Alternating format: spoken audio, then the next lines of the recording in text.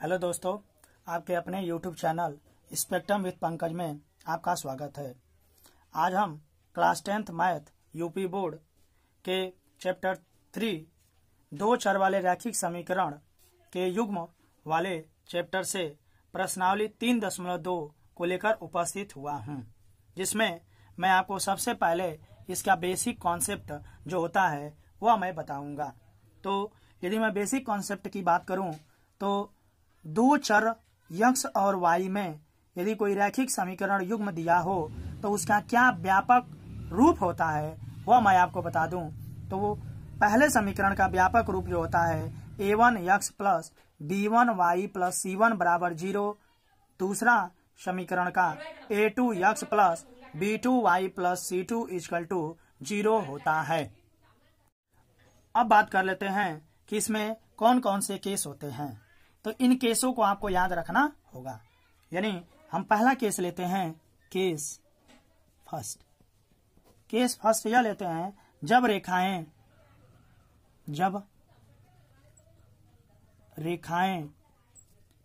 एक दूसरे को प्रतिच्छेदित करती हैं। यानी जब रेखाएं एक दूसरे को क्या करती हैं, प्रतिच्छेदित करती हैं। यदि मैं यह बात कर लूं किस प्रकार प्रतिच्छेदित करती है तो आप देख लीजिए। यदि हम इसको एक कोऑर्डिनेट बना दें तो इस कोऑर्डिनेट में यदि हम इसको कहेंगे x अक्ष और इसको कहेंगे y अक्ष, तो यदि दो रेखाएं, जैसे हम मान लेते हैं पहली रेखा है हमारी a1 a2 और दूसरी रेखा है b1 b2। तो देखिए दोनों रेखाएं एक दूसरे को क्या कर रही हैं, किसी बिंदु पर प्रतिच्छेदित कर रही हैं। तो जब प्रतिच्छेदित करती हैं तो इनका किस प्रकार हम हल ज्ञात करेंगे या इनके कितने हल होते हैं इसके बारे में हम जान लेते हैं। तो जब दो रेखाएं एक दूसरे को प्रतिच्छेदित करती हैं तो उनका कंडीशन होता है a1 upon a2 not equal to b1 upon b2। क्या होता है, a1 upon a2 not equal to b1 upon b2। यदि यह कंडीशन आता है तो हम कहेंगे कि इसका क्या होगा, एक अद्वितीय हल होगा। क्या होगा, एक अद्वितीय हल होगा। और जब किसी रैखिक समीकरण युग्म का अद्वितीय हल होगा तो वह कैसा होगा, हमारा संगत होगा। कैसा होगा, हमारा संगत होगा। तो यह याद रखिएगा, जब उसका अद्वितीय हल होगा तो हम उसे क्या कहेंगे कि वह हमारा कैसा हल है, उसका संगत है। यानी वह कैसे हो गए, संगत हो गए। अब बात करते हैं केस नंबर 2। यह 3 केस होता है। यदि तीनों केस आप याद रखते हैं तो इस चैप्टर में आपको कोई भी दिक्कत नहीं होगा। दूसरा जो केस होता है जब रेखाएं समपाती हो। जब रेखाएं समपाती हो, समपाती का मतलब समझ लीजिए। जैसे यह मान लेते हैं हमारा यह y अक्ष है, यह हमारा x अक्ष है। तो एक रेखा मान लेते हैं यह हमारी a1 a2। समपाती का मतलब एक दूसरी रेखा भी इसी के ऊपर हो। जैसे यह मान लेते हैं हम लोग दूसरी रेखा b1 b2 इसी के ऊपर है, तब हम इसे क्या कहेंगे कि यह रेखा एक दूसरे को क्या करती हैं, समपाती हैं। और जब समपाती हैं तो हम इसका हल जो होता है वह होता है a1 upon a2 equal to b1 upon b2 equal to c1 upon c2। यह हमारा कंडीशन होता है।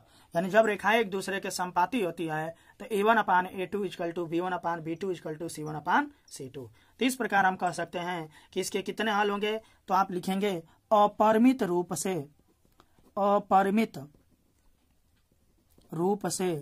अनेक हल होंगे। कितने हल होंगे, अनेक हल होंगे। जब बताइए अपरिमित रूप से अनेक हल होगा, यह हमारा युग्म कैसा होगा, संगत होगा। कैसा होगा, संगत। तो इसे याद रखिएगा। अब बात करते हैं अपना केस थर्ड। केस थर्ड क्या होता है, जब रेखाएं समांतर हो।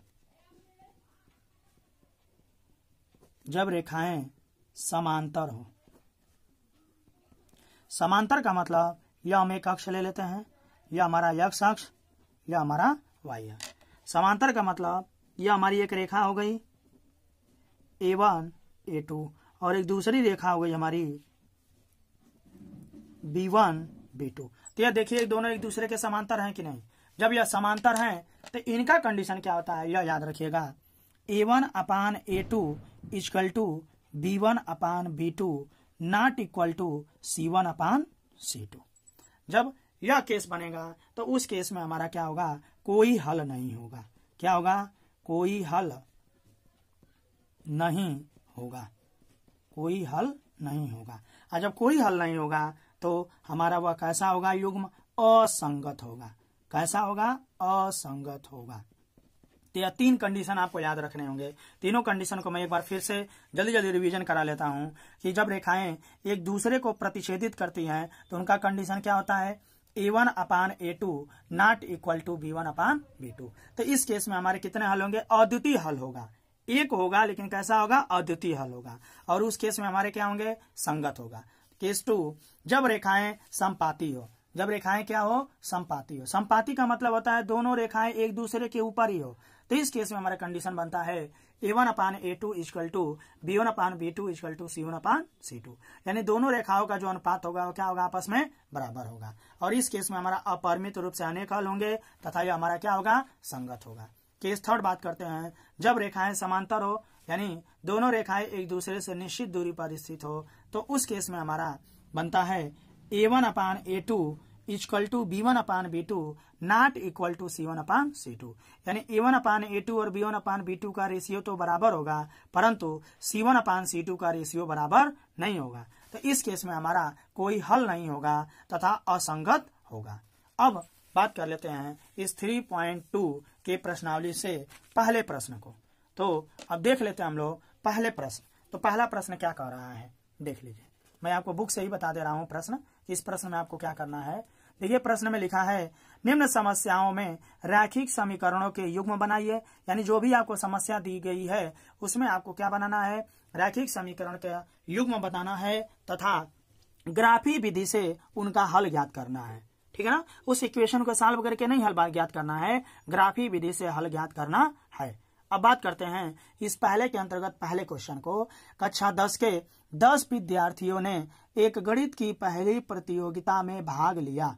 यदि लड़कियों की संख्या लड़कों की संख्या से 4 अधिक हो तो प्रतियोगिता में भाग लिए गए लड़कों और लड़कियों की संख्या ज्ञात कीजिए।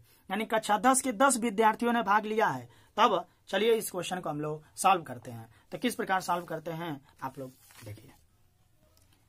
तो यह हमारा प्रश्नावली 3.2 का पहला प्रश्न है। तो इसमें हम लोग क्या करेंगे, मानेंगे कि माना लड़कियों की संख्या बराबर x तथा लड़कों की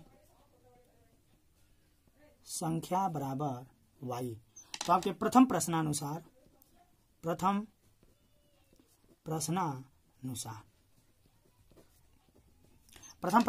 क्या कहा था कि देख लीजिए प्रश्न में, कक्षा 10 के 10 विद्यार्थियों ने गणित की पहली प्रतियोगिता में भाग लिया। 10 विद्यार्थियों ने भाग लिया।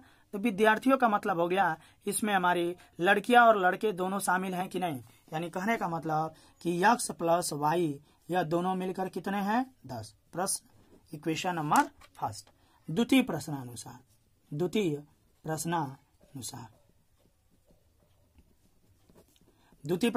क्या कह रहा है, तो देख लेते हैं हम लोग। यदि लड़कियों की संख्या लड़कों की संख्या से 4 अधिक हो तो कैसे बनेगा कंडीशन। यदि लड़कियों की संख्या लड़कों की संख्या से कितनी अधिक हो, 4 अधिक हो। यह हमारा बन गया इक्वेशन नंबर 2। अब यह हमने क्या बना दिया, इसका रैखिक समीकरण युग्म तो हमने बना दिया। यानी लिख देंगे समीकरण 1 व 2 रैखिक समीकरण युग्म होंगे। रैखिक समीकरण युग्म होंगे। अब इनका क्या करना है हमको, ग्राफी विधि से, यानी ग्राफी विधि से इनका क्या करना है, हल निकालना है। तो ग्राफीय विधि से हम इनका हल निकालेंगे, ग्राफीय विधि। तो किस प्रकार निकालेंगे देख लीजिए। हम लोग लेंगे सबसे पहले समीकरण 1। क्या लेंगे? समीकरण 1 से।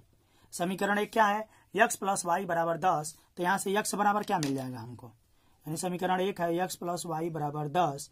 तो x बराबर 10 माइनस वाई।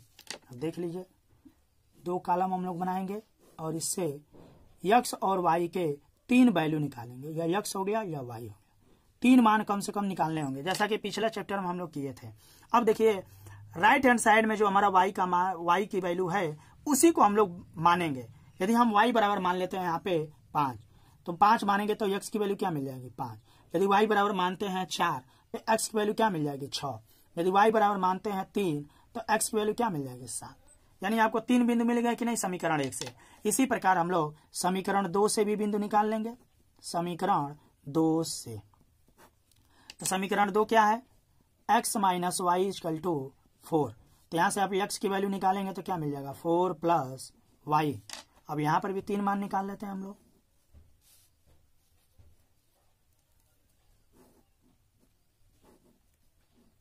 यह हमारा x y 3 वैल्यू। अब इसमें y की वैल्यू मानते हैं। यदि हम मानते हैं y की वैल्यू 1 तो x की वैल्यू क्या मिल जाएगी? 5। यदि मानते हैं y की वैल्यू 2 तो x की वैल्यू 6। यदि मानते हैं 3 तो y की वैल्यू 7। अब इसी को आपको क्या करना है? ग्राफ के ऊपर निरूपित कर देना है। तो देखिए इसमें कोई हमारा ऋणात्मक मान नहीं है, इसलिए हम इस ग्राफ में ऋणात्मक को दर्शाएंगे नहीं। अब देखिए कैसे हम बनाते हैं ग्राफ। यह देखिए हमारा क्या हो गया? x अक्ष, यह हमारा y अक्ष। इसको भी आप चाहते तो थोड़ा सा इधर दिखा सकते हैं, x डैश y डैश। अब ले लेते हैं हम लोग कितना तक? x की वैल्यू मैक्सिमम 7 तक है, तो हम लोग 7 तक दिखाएंगे यहाँ पे। तो देख लीजिए 1 2 3 4 5 6 7। इसी तरह y की वैल्यू को भी दिखाएंगे 7 तक।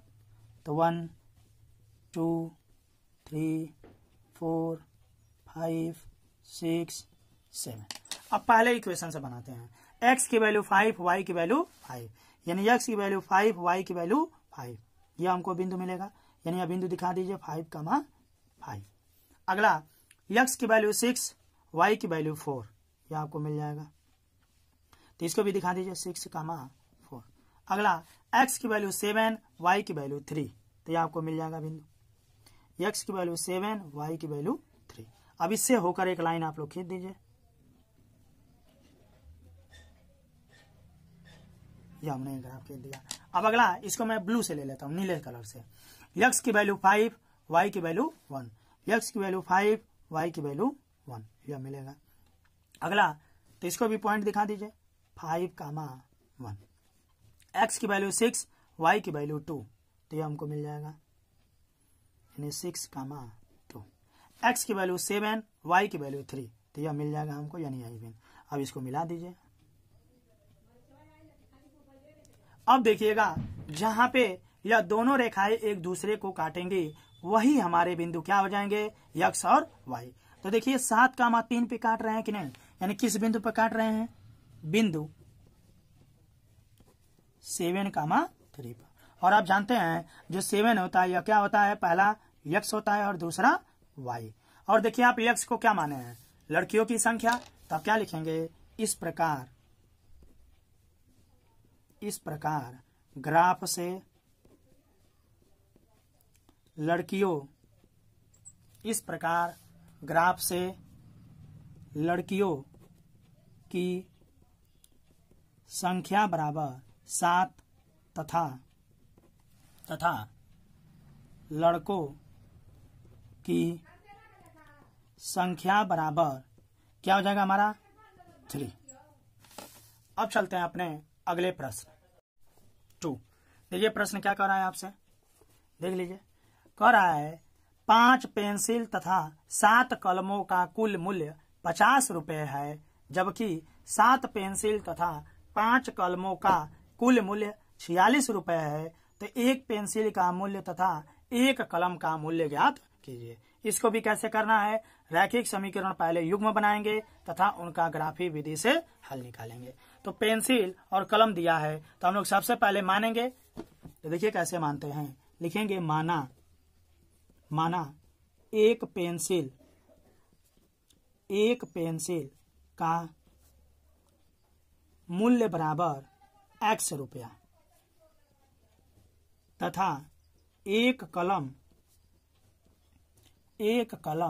का मूल्य बराबर y रुपया। तो अब लेते हैं हम लोग प्रथम प्रश्नानुसार। तो प्रथम प्रश्नानुसार क्या कह रहा है, देख लीजिए। कह रहा है 5 पेंसिल तथा 7 कलमों का मूल्य कितना है, 50 रुपया है। यदि एक पेंसिल का मूल्य x रुपया है तो 5 पेंसिल का मूल्य क्या हो जाएगा, 5x। यदि एक कलम का मूल्य y रुपया है तो 7 कलम का मूल्य क्या हो जाएगा, 7y। इन दोनों का मूल्य मिलाकर कितना रुपया है हमारा, 50 रुपया। यह बन गया समीकरण नंबर 1। अब बात करते हैं द्वितीय प्रश्नानुसार, यानी सेकेंड प्रश्नानुसार। सेकेंड प्रश्नानुसार क्या कह रहा है वो भी देख लीजिए। जबकि 7 पेंसिल तथा 5 कलमों का कुल मूल्य 46 रुपया है, यानी अब 7 पेंसिल और 5 कलम को मिला देंगे तो कितना रुपया हो जाएगा, 46 रुपया। तो एक पेंसिल का मूल्य x रुपया है तो 7 पेंसिल का मूल्य क्या हो जाएगा, 7x। यदि एक कलम का मूल्य y रुपया है तो 5 कलम का मूल्य कितना हो जाएगा, 5y। यह दोनों मिला के कितना हो जाता है, 46 रुपया। 2। देखिए इसका रैखिक समीकरण युग्म बन गया कि नहीं। अब आप क्या करेंगे, ग्राफीय विधि से इसका हल ज्ञात करेंगे। तब ले लेते हैं ग्राफीय विधि। अब इन्हीं दोनों समीकरणों को लेकर हल करेंगे। तो लिखेंगे हम लोग समीकरण 1 से। समीकरण 1 क्या है आपका, 5x plus 7y equal to 50। तो यहां से निकालिए आप x की वैल्यू। 5x इक्वल टू क्या मिल जाएगा, 50 minus 6x equal to 50 minus 7y upon 5। अब x की वैल्यू मिल गई तो आप x और y से 3 बिंदु निकाल लीजिए। तो देख लीजिए, या x या y। अब मानते हैं हम लोग, देखिए हम लोग y की वैल्यू मानेंगे हमेशा। क्यों मानेंगे, क्योंकि यही हमारे क्या है, राइट हैंड साइड में है। तो यदि हम मानते हैं y की वैल्यू 5, तो यहाँ पे 5 रख के देख लीजिए। 7 × 5 = 35, 50 में से 35 जाओ 15, 5 से भाग देंगे कितना आ जाएगा, 3। यदि हम मानते हैं y बराबर 0 तो x की वैल्यू क्या आ जाएगा, 10। क्यों आ जाएगा, क्योंकि देखिए 7 में 0 का गुणा करेंगे 0, 50 में 0 जाओ 0, यानी 50/5 बराबर 10। यदि हम मानते हैं y की वैल्यू 10, यहाँ पे 10 रखते हैं तो यहाँ पे क्या मिलेगा, -20, -20/5 यानी क्या मिल जाएगा, -4। अब देखिए 3 बिंदु मिल गए। इसी तरह हम लोग लेंगे समीकरण 2 से। समीकरण 2 क्या है, देख लीजिए। 7x plus 5y equal to 46। तो यहाँ से निकाल दीजिए। 7x बराबर 46 माइनस 5y, यानी x बराबर 46 माइनस 5y/7। अब यहाँ से भी निकाल दीजिए इसका मान। किस प्रकार निकालेंगे, देख लीजिए। 3 बिंदु यहाँ पर भी निकालेंगे, x y 3 बिंदु। देखिए हम लोग मानेंगे किसको, y के मान को। क्यों मानेंगे, क्योंकि ये हमारा राइट हैंड साइड में है। हम मानते हैं हम लोग, यदि y बराबर मानते हैं -2, यदि यहाँ पे -2 रखते हैं तो 5 में 2 का गुणा करेंगे क्या मिल जाएगा, प्लस मिल जाएगा, यानी 5 दूनी 10, 46 और 10 56, भाग देंगे कितना मिल जाएगा, 8, 8 7 56। यदि हम y की वैल्यू यहाँ पे 5 रखते हैं तो 5 25, 46 में से 25 घटाएंगे कितना बच जाएगा, 21, 7 3 21। यदि हम रखते हैं y की वैल्यू 12, 12 5 60, 60 रखेंगे तो 60 में से 46 घटाएंगे इतना बचेगा -14, और 7 से भाग देंगे क्या बच जाएगा, -2। यानी यहाँ से भी 3 बिंदु मिल गए। जब 3 बिंदु मिल गए तो यहाँ पे देखिए हमारा नेगेटिव भी है, तो इसलिए हम लोग नेगेटिव वाले को भी ग्राफ में बनाएंगे। तब देख लीजिए हम लोग ग्राफ किस प्रकार बनाते हैं।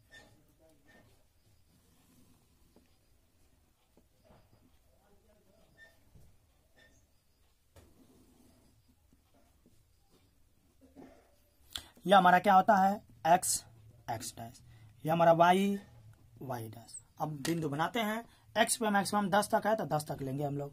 देख लीजिए 1 2 3 4 5 6 7 8, 9, 10। और माइनस में कहाँ तक है? -4 तक। तो इधर भी माइनस में लेंगे -4 तक, तो -1, -2, -3, -4। इसी तरह y में लेंगे, y 12 तक है तो हमको 12 तक लेना पड़ेगा। देखिए 1, 2, 3, 4, 5, 6, 7, 8, 9, 10, 11 और यह 12। अब इसी तरह हम लोग y की वैल्यू भी नेगेटिव में है -2 तक, इसलिए नीचे भी लेंगे, तो -1, -2, -3। अब बनाते हैं इसका ग्राफ। तो देखिए क्या है, पहला x पे क्या है 3 और y पे 5, तो x पे 3 y पे 5, ये हमको बिंदु मिलेगा। इसी तरह x पे 10 और y पे 0, यानी यह बिंदु मिलेगा। अगला x पे -4 और y पर 10, तो हमको यह बिंदु मिल जाएगा। यह अब इससे होकर एक रेखा बना देंगे हम लोग। तो देखिए यदि आप स्केल से बनाते तो यह रेखा सीधा होता। वैसे मैं कोशिश कर रहा हूँ इसको सीधा बनाने का। यह तीनों बिंदु दिखा देंगे। पहला क्या था 3,5, तो 3,5। उससे अगला क्या था -4, 10, यहाँ पे यह बने। अब अगले समीकरण के लिए मैं ब्लू से बनाता हूँ। 8, -2, यानी x अक्ष पर 8 और y पर -2, तो यह बिंदु मिलेगा, यानी 8, -2। अगला 3, 5, यानी x अक्ष पर 3 और y अक्ष पर 5, यानी यही बिंदु मिलेगा। अगला x पर -2 और y पर 12, तो 12 कहाँ मिलेगा? यह, यानी x अक्ष पर कहाँ पर? x अक्ष पर -2 और y पर 12, तो यह बिंदु मिल जाएगा आपको। यह अब इससे होकर रेखा बना देंगे हम लोग।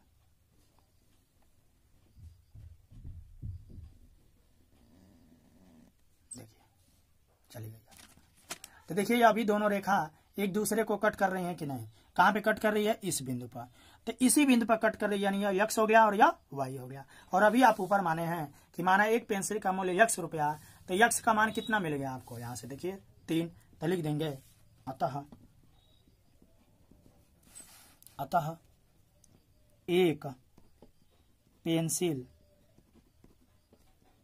का मूल्य बराबर 3 रुपया तथा एक कलम का मूल्य बराबर कितना हो जाएगा हमारा?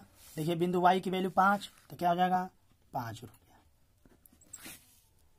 अब चलते हैं अपने अगले प्रश्न संख्या 2।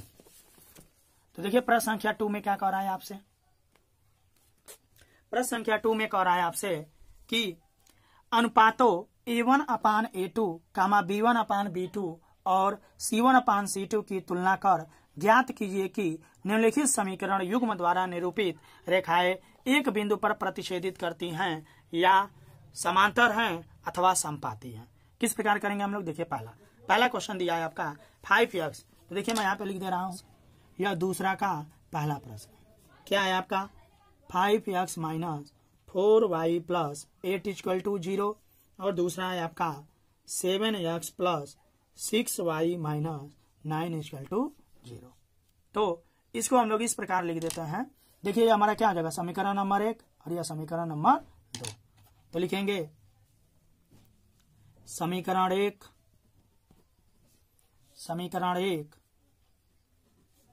व 2 की तुलना A1x + B1y + C1 = 0 व A2x + B2y + C2 से करने पर। तो देख लीजिए आपका यह क्या है हमारा? A1x + B1y + C1 = 0। तो इसकी तुलना किससे करेंगे? पहले समीकरण से। तो कर दीजिए। x के पहले क्या है? A1, यहाँ पे x के पहले क्या है? 5, यानी A1 बराबर क्या मिल जाएगा आपको? 5। इसी तरह यहाँ पे y के पहले क्या है? B1, यानी प्लस का B1, और यहाँ पे y के आगे क्या है? -4, तो इसलिए B1 बराबर क्या मिल जाएगा? -4। इसी प्रकार देखिएगा C1, यहाँ पे C1 की वैल्यू क्या है? 8, यानी C1 बराबर क्या आ गया? 8। अब इसी प्रकार समीकरण नंबर 2 की तुलना किससे करेंगे? A2x + B2y + C2 = 0। तो यहाँ से करिए, x के पहले क्या है a2, तो यहाँ पे x के पहले क्या है 7, तो a2 बराबर क्या हो जाएगा हमारा 7। इसी तरह y के पहले क्या है 6 और यहाँ पे y के पहले क्या है b2, तो b2 बराबर क्या हो जाएगा 6। यहाँ पे देखिए c2 प्लस का है, यहाँ पे माइनस का है, तो c2 बराबर क्या हो जाएगा माइनस का 9। यह आपको मिल गया। अब इनका क्या करेंगे हम लोग, रेशियो निकालेंगे, क्योंकि इसका मैं बेसिक कॉन्सेप्ट बताया था। यदि तीनों रेशियो आपस में क्या होते हैं, बराबर होते हैं, तो वे रेखाएं समपाती होंगी। यदि दो रेशियो आपस में बराबर होता है, एक नहीं बराबर होता है, तो समांतर होगी। यदि आपस में दोनों रेशियो बराबर नहीं होता है तो क्या हो जाएगी हमारी, प्रतिच्छेदित करते हैं। तो रेशियो निकालिए। पहला रेशियो निकालते हैं A1/A2 का, तो देख लीजिए A1 क्या है 5/7। इसी तरह निकालते हैं B1/B2 का, यह क्या है -4/6। देखिए इसको काट भी सकते हैं, तो क्या मिल जाएगा -2/3। ये देखिए हमको यहीं पे कंडीशन मिल गया।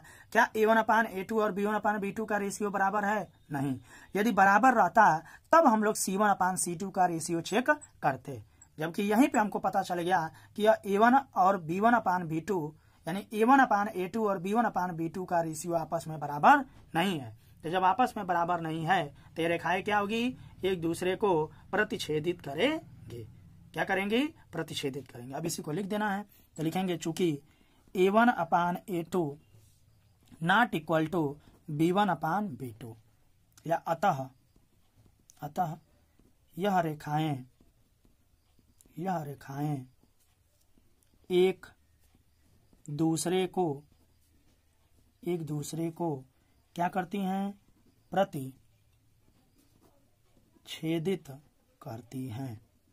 प्रतिच्छेदित करती हैं। तो वीडियो बहुत बड़ा हो जाएगा, इसलिए अब मैं इसको यहीं पे रहने देता हूँ। अगले पार्ट से मैं आगे के वीडियो में इसको अपलोड करूँगा। धन्यवाद।